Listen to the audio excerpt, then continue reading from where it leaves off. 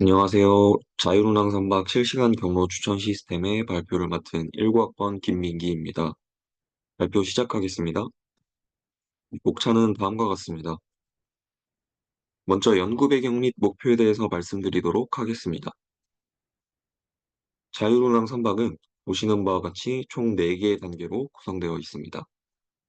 왼쪽부터 1단계는 일부분이 자동화되고 의사결정을 지원하는 선박입니다. 2단계는 선원이 승선한 상태에서 원격으로 제어되는 선박입니다. 그리고 3단계는 선원이 승선하지 않고 선박을 원격으로 제어하여 선박 장애를 예측하고 진단이 가능한 단계입니다. 마지막 4단계는 완전 무인 자율운항으로서 인간의 개입 없이 해상 활동이 이루어지는 단계를 말합니다. 현재 자율운행 수준은 2단계에서 3단계로 발전하고 있지만 경로를 선택하는 과정에 있어 인간의 개입은 아직까지 필연적이다 라고 볼 수 있습니다. 아직까지 인간의 개입이 필요한 단계이므로 저희는 최종 이해 당사자를 항해사, 즉 선박의 총 책임자인 선장으로 정하게 되었습니다. 이에 따라 해상 상황 또는 항해사의 의도에 맞는 맞춤형 경로를 제시하고 최종적으로 효과적인 자율운항을 지원할 필요가 있다라고 생각을 하게 되었습니다. 그래서 최종 저희 연구의 목표는 해상 상황에 대한 항해사의 판단에 힘입어서 안전 효율 비중을 조정하고 자율운항에 즉각 반영 가능한 맞춤형 경로를 제시하는 것에 있습니다. 여기서 안전효율 비중 조정은 항해사가 안전이 중요할지 혹은 효율이 중요할지를 선택하고 안전의 비중을 더 두었다면 안전에 맞는 경로를 그리고 효율의 비중을 더 두었다면 효율에 맞는 경로를 제시하는 것을 말합니다. 이에 대해서는 다음 차례부터 자세하게 설명드리도록 하겠습니다. 연구 내용입니다. 저희는 우선 2020년 2월 4일 AIS 데이터를 활용해서 다음과 같이 해당 날짜의 선박들의 움직임을 시각화해 보았습니다. 여기서 AIS 데이터는 각 선박의 위치, 속도, 방향과 같은 선박들의 정보를 담고 있는 데이터를 말합니다. 저희는 가장 움직임이 활발한 전남, 제주 부근을 연구 대상 지역으로 선정하였고, 저희 연구의 핵심이라고 할 수 있는 각 영역들을 한 변이 5km인 5km로 설정된 그리드로 나누어 보았습니다. 그래서 오른쪽 그림에서 보이시는 바와 같이 여러 개의 사각형으로 지도가 쪼개져 있는 모습을 보실 수가 있습니다. 각 그리드에 접근하기 위해서 저희는 파이썬의 딕셔너리를 활용하기로 했습니다. 예를 들어 지금 왼쪽 그림에서 보이시는 빨간 그리드에 접근하고 싶다고 한다면 키값으로 그리드의 위치를 나타내는 위도, 경도, 그리고 어느 시간대 영역에 속하는지를 알려주는 시간 요소를 총 3개의 팩터를 이용해서 튜플로 입력해 주어야 합니다. 그리고 각 키는 밸류 값으로 해당 그리드에서의 AIS, 혼잡도와 같은 데이터를 삽입시켜 주었습니다. 시간 영역과 관해 잠깐 말씀드렸었는데 자세히 말씀드리겠습니다. 저희는 보시는 바와 같이 시간 영역을 30분 간격으로 나누어 주었습니다.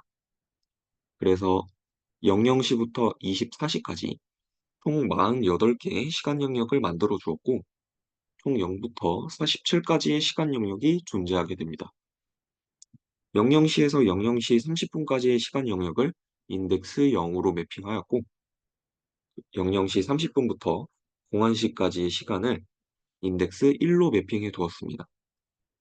나머지 영역도 이와 마찬가지로 매핑을 해준 것을 확인하실 수 있습니다. 그래서 오른쪽에 보시면 만약 위도와 경도를 같은 위도와 경도를 가질지라 하더라도 서로 다른 시간대의 영역을 확인하고 싶다고 한다면 보시는 바와 같이 시간 요소를 1에서 2로 변경을 해서 직접 확인하실 수가 있습니다.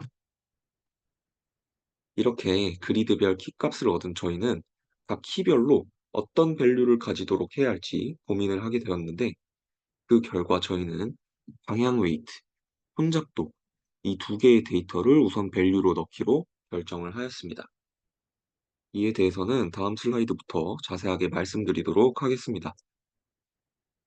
우선 저희는 밸류 값으로 가장 먼저 방향 웨이트를 넣어 주었습니다. 방향 웨이트는 그리드의 선박이 빠져나간 방향의 빈도를 이야기합니다.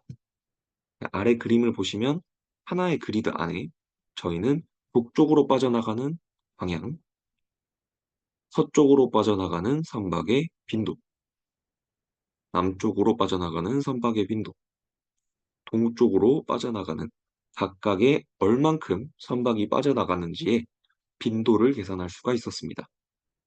그래서 선박이 어느 방향으로 빠져나가는지에 대해서 계산을 해서 최종적으로 오른쪽에 보이시는 표와 같이 각 키별로 빠져나간 방향에 대해서 확인할 수 있었습니다. 저희는 이러한 각각의 동, 서, 남, 북의 값들을 방향 웨이트로 지정해 주었습니다. 다음으로 저희가 생각한 밸류인 혼잡도에 대해서 설명드리도록 하겠습니다. 아래 그림을 보면서 설명드리도록 하겠습니다.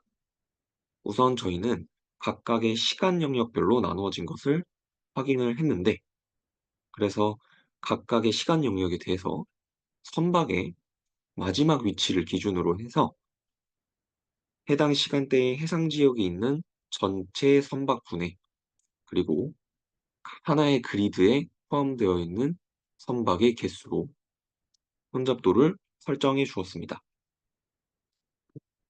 그래서 저희는 앞서 설명드린 방향 웨이트, 혼잡도 정보를 활용해서 경로를 제시하고자 하였는데, 저희는 목포에서 제주까지의 경로를 제시하고자 하였습니다.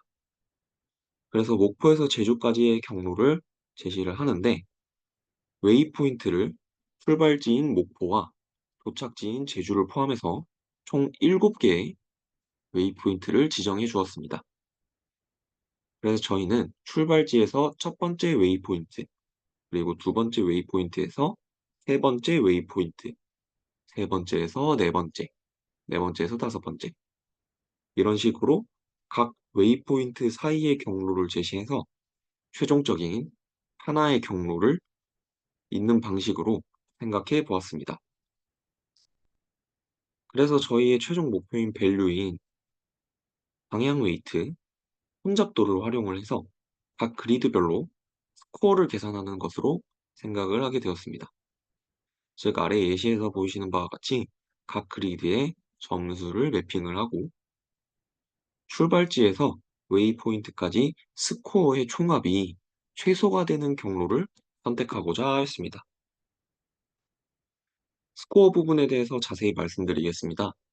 저희는 방향 웨이트, 혼잡도 각각에 대해서 이 값들에 대해서 스코어 1부터 스코어 4까지의 구간을 나누게 되었는데, 방향 웨이트 값들에 대해서 우선 정렬을 해주고 퀀타일을 계산을 해서 이것을 단계로 나눠주고, 방향 웨이트와 마찬가지로 혼잡도도 값들을 정렬을 해서 퀀타일을 계산을 하고, 그리고 이것을 단계로 나누고, 이런 방식으로 스코어를 지정해 주었습니다. 그래서 최종 저희 그리드 스코어식은 혼잡도 스코어에 알파를 곱하고 방향 웨이트 스코어에 1-알파를 곱해서 이 두 개의 값을 더해주는 것으로 지정해 주었습니다. 여기서 알파는 안전에 대한 가중치를 의미합니다. 지금 보시면 알파의 혼잡도 스코어가 곱해져 있기 때문에 혼잡도는 안전에 대한 요소로 고려할 수 있고, 반대로 혼잡도가 안전이기 때문에 방향 웨이트는 효율 부분에서 이야기를 할 수가 있습니다. 혼잡도가 안전인 것에 대해서는 직관적으로 이해하기 쉬우실 수 있으나 방향 웨이트가 효율인 부분에 대해서는 직관적으로 이해하기가 어려우실 수 있습니다. 그래서 이 부분에 대해서는 다음 슬라이드에서 자세하게 설명드리도록 하겠습니다. 우선 말씀드린 방향 웨이트 스코어 부분에 대해서 먼저 설명을 드리도록 하겠습니다.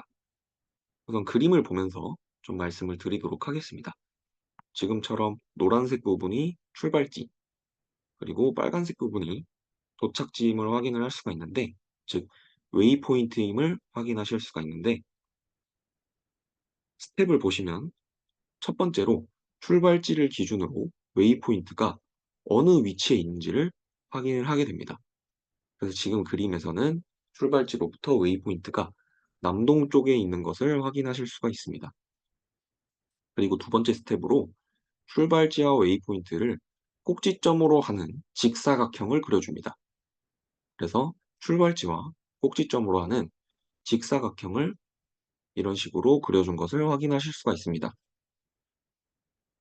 그리고 세 번째 스텝으로 직사각형 내부 그리드가 웨이포인트를 가리키는 방향으로 방향 웨이트를 계산한다고 되어 있습니다.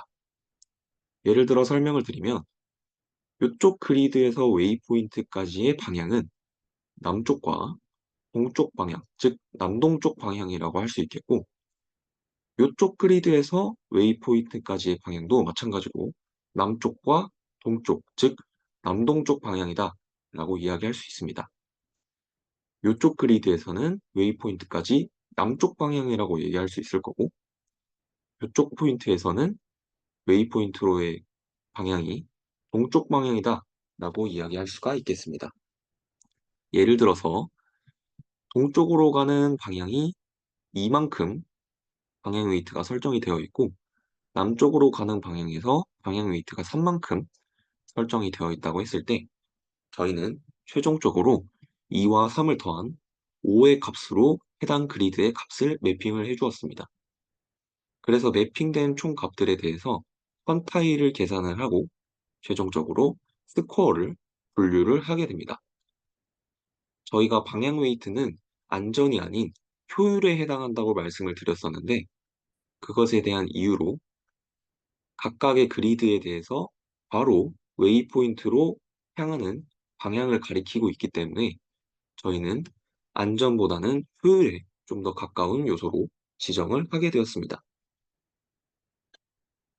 혼잡도도 마찬가지로 각 그리드별 계산된 값에 따라서 정렬을 하고 퀀타일을 계산을 해 주었습니다.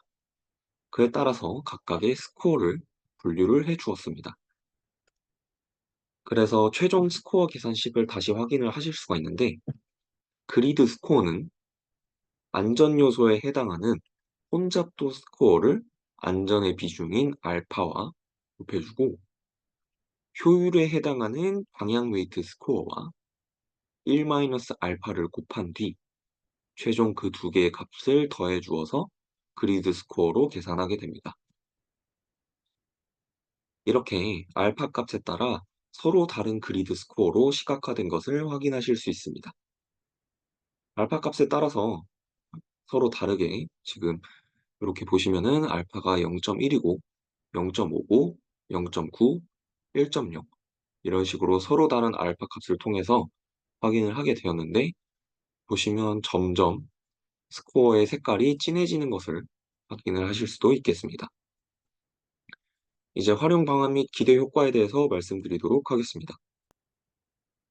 저희가 이렇게 고안한 시스템은 만약 항해사가 안전과 효율의 비중의 우선순위, 즉 해상상 고려할 요소의 우선순위를 바꾸고자 할 때 빠르게 대안 경로를 제시할 수 있습니다.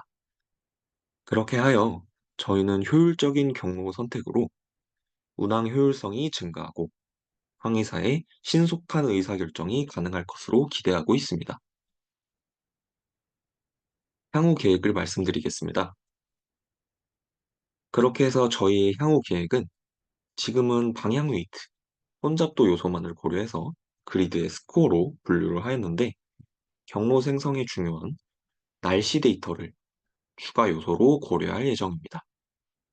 그리고 지금은 30분 단위로 데이터가 바뀌기 때문에 실시간으로 변화하는 해상 상황을 즉각적으로 반응하지 못할 수가 있습니다. 그래서 30분 단위로의 갱신이 아닌 실시간 데이터 갱신으로 경로를 추천할 수 있도록 만들어 볼 예정입니다. 다음으로 추후 저희가 개발할 시스템에서의 프로토타입에서 이해 당사자인 항해사가 안전 효율의 비중을 선택하는 데 도움을 줄 수 있는 현재 해상 상황을 시각화하는 기능을 추가할 예정입니다. 마지막으로 항해에 있어 효율도 중요한 부분이지만 가장 중요한 것은 안전이라고 볼 수 있습니다. 그래서 안전의 비중을 20% 미만으로 했을 때 경고창을 띄워주는 경고 기능을 추가할 예정입니다. 이것으로 발표를 마치겠습니다. 들어주셔서 감사합니다.